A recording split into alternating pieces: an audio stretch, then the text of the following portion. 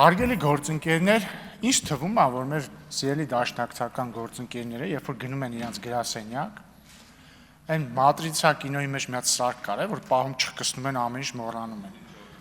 Հա, ներողություն, ասում եմ մատրիցա, չէ, մատրիցան լրիվ ուրիշ։ Շատ տեղել նմանություններ կան, բայց հա, Սևազգեստ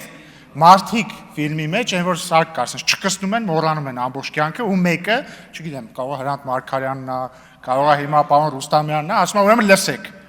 Այն ամեն ինչ եղել է չկա, էս է իրականություն։ Հիմա պարոն Խաչատրյանը եկավ երկար ելույթ ունեցավ, ճիշտ ասած ես առանձնապես չհասկացա ինչի մասին է ելույթը, բայց ինձնից կպահանջվի ընդամենը 15 վայրկյան այդ ելույթի ամբողջ հիմքը քանդելու համար։ Պարոն Խաչատրյանը եկել ասում է այդ որտեղից վերցրեցի 29743 կիլոմետր քառակուսի թիվը։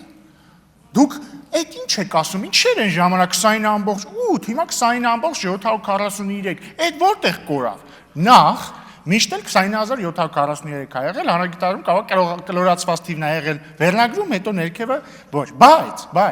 ինձտեղ ինչքան էլ տարօրինակ չի, օգնության կհասնի Ռոբերտ Քոչարյանը եւ Դաշնակցությունը, որովհետեւ սիրելի պարոն Խաչատրյան,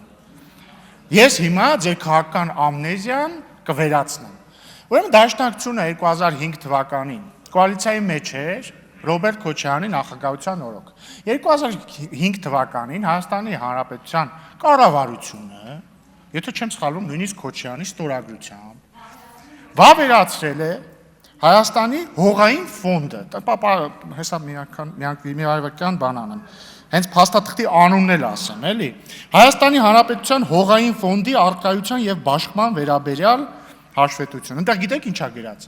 որ Հայաստանի Հանրապետության հողային ֆոնդը բաղկացած է 2974.3 հեկտարից։ Էդ էլ որ բաժանեք համապատասխան թվի կստանա 20743 կիլոմետր քառակուսի։ Բայց կարող եք ասել դե 2005 թիվն ա եղել, խառնել ենք, չենք նկատել։ Նույնն եղել է 2010 թվին, 2015 թվին։ Հետևաբար այդ որ ասում եք որտեղից եք վերցրել 20743 կիլոմետր քառակուսին, պարոն Խաչատրյան,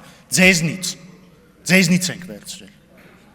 Ձեզնից, անձամբ ձեզնից ենք վերցրել։ Անես որ դուք եկեք ասեք այդ ուր են կորել են մնացած հեկտարները։ Ընդհանրապես դժվար չի էլի գոնե research արեք, պարոն Խաչատրյան, ինչ որ կոնսպիրոլոգիական տեսություն սարքելուց առաջ մի հատ բան արեք, էլի главное в ходе следствия не выйти на самого себя։ Հաջորդը, պարոն Խաչատրյան, եկել ասում եք երկար խոսեցիք Ալմատայի հռչակագրի մասին, չգիտեմ, սենց ինչ-որ սենց բաներ արեցիք, այնտեղ սևով սպիտակին գրված է, որ միջհանրապետական սահմանները, գոյություն ունեցող միջհանրապետական նկատի ունի խորհրդային հանրապետությունները, դառնում են միջպետական սահմաններ։ Դա նշանակում է այդ պահի գործող ՀԽՍՀ եւ ԱԽՍՀ, մեկը Հայաստանի խորհրդային սոցիալիստական հանրապետությունն է, մյուսը Ադրբեջանի խորհրդային սոցիալիստական հանրապետությունն է։ Այն ինչ սահման ունեն այդ պահին, եւ համապատասխանաբար նաեւ այնտեղ Ղազախստան, Տաջիկստան եւ այլն, այսպես Թուրքմենստան, Ղրղստան, Ուզբեկստան, դառնում են միջպետական սահմաններ, ինչն է այստեղ անհասկանալի։ Եվ դա դրանից ուղիղ բխում է սահմանները եւ տարածքները, այդ թվում 29743-ը։ Բայց մի հատ հետաքրքիր հակասություն կա ձեր մտքերում։ Տեսեք, մի կողմից դուք ասում եք, որ Հայաստանը, երբ որ 1991 թվականին Ալմատայի հռչակագիրը վավերացրել է, դա չի նշանակել Ադրբեջանի տարածքային ամբողջականության ճանաչում, ես տենց հասկացա, այդ ասեցիք, կարող ենք հետ տալ։ Հա, դա չի նշանակում Ղարաբաղ, ճիշտ է, կներեք։ Ասեցիք մի կողմից, ասեցիք, քանի որ 1991 թվականին Ալմատայի հռչակագրի վավերացմամբ Հայաստանը չի ճանաչել, չի նշանակել դա, որ Ղարաբաղը ճանաչում է Ադրբեջանի կազմում, բայց մյուս կողմից դուք հղում անելով 2022 թվականի Պրահայի հայտարարությանը, որը ընդունվել է վարչապետ Փաշինյանի, նախագահ Ալիևի եւ նախագահ Մակրոնի եւ Շարլ Միշելի անունից։ Այնտեղ ինչ ա գրած, կողմերը վերահաստատում են միմյանց տարածքային ամբողջականության ճանաչումը համաձայն Ալմատայի հռչակագրի։ Այդ դա դուք համարում եք փոփոխություն քաղաքականության, ինչի հետևանքով ռուսական խաղաղապահ ուժերը իրենց ֆունկցիան չկատարեցիք։ Հիմա կողմնորոշվեք Ալմատայի հռչակագրով միմյանց տարածքային ամբողջականության ճանաչումը նշանակում է նախկին խորհրդային հանրապետությունների սահմանների ճանաչում, թե չի նշանակում, որովհետև եթե չի նշանակում, նշանակում է դուք կեղծ մեղադրանք եք ձեր տեսանկյունից առաջադրում Փաշինյանին, բայց իրականում իհարկե նշանակում է, բայց դուք էլի կեղծ մեղադրանք եք առաջադրում Փաշինյանին։ Եվ հարգելի գործընկերներ, ավարտելով նաև անդրադառնալով բանին, էլի, ԲՀԿ ձայներին։ Ես կարծում եմ, որ նորից պետքա սկսենք սկզբից, էլի։ Բարգավաճ Հայաստանը չի ստացել ձայներ, ձեր ասած, տեղամասերում, հասկանում եք, այդ ձայները չկան ի բնե, որովհետև այդ ձայները հավարվել են անվավեր, դու չես կարող անվավեր եղած ձայնը, ասես ինքը ձայնը իրանից վերցրեցին։ Նույն ձայն ոնց որ պարոն Ալեքսյանը շատ լավ օրինակ բերեց այն օրը։ Ֆուտբոլիստը գոլ է խփում, պարզում է, որ դա խաղից դուրս վիճակից խփված գոլ էր, հետևաբար դա գոլ չէր։ Հետևաբար հնարավոր չի ասել, դե եթե այդ գոլը այժմ հնարավոր է ասել, որ եթե այդ գոլը անվավեր չճանաչվեր, որովհետև խաղից դուրս վիճակում էր, ապա գոլը կհաշվեր։ Այո, բայց ճանաչվել է, չէ՞։ Եվ ընդ որում կենտրոնական ընտրական հանձնաժողովը տվել է հիմնավորումը, թե ինչի է ինքը կարծում, որ այդ տեղամասերի արդյունքները, ավելի շուտ չեղարկումը չի ազդել ընտրությունների արդյունքների վրա։ Ինչի՞։ Որովհետև, օրինակ, եթե այդ չեղարկված ձայները գումարվեին, ներողություն, չգումարվելու դեպքում,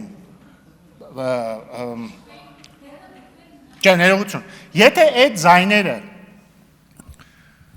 ինչա տեղի ունեցել, հիմա այդ ձայները գումարվել են անվավերներին և հետևաբար անճշտություններին, ներողություն, անճշտություններին, և կարող է հնչել փաստակ, դե գիտեք ինչ կա, հետևաբար վավեր ձայները քչացել են, հետևաբար մեր անցնելու հավանականությունը փոքրացել է, բայց հակառակ դեպքում, եթե ուղղակի այդ անվավեր ձայները ուղղակի զրոյացվեին, չգումարվեին անճշտություններին, միևնույն է, արդյունքը լինելու էր նույնը, և հետևաբար արդյունքի վրա չի ազդել, բայց ամենակարևորը, Ժորժ ջան, իսկ կարող եք գաք ստեղ ասեք այդ ինչ զապիսներ են։ Ժորժ ջան, քյաբաբից ստեղ շատ խոսվեց, էլի։ Այդ ինչ քյաբաբ էր, այդ ձեր ներկայացուցիչները ենթադրաբար որ իրար հետ խոսում էին։ Ինչի էին օրինակ տողատակով ասում քյաբաբ, բան, չեմ ասի, կասեմ քյաբաբ։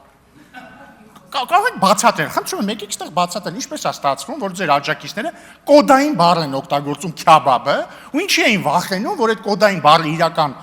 իմաստը, որ ասեն խնդիրներ են ունենալու։ Կամ տարբեր խոսում ենք